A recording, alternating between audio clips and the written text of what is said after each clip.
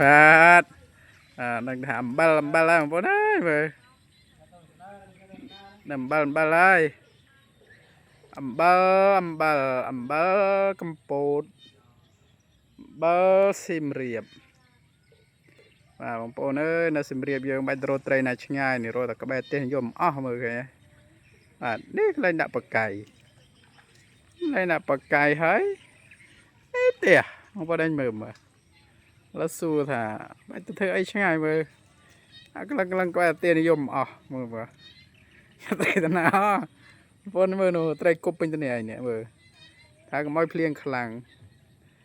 ស្រកយើងយ៉ែណាបងប្អូនណាមើលឃើញទេចង់និយាយណាមើលអូដល់ហើយនឹងស្អីទេមើល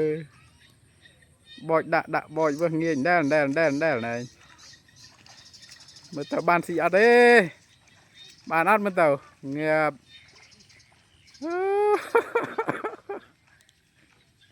បាទបងប្អូនទេសភាពស្អាតបងប្អូនណា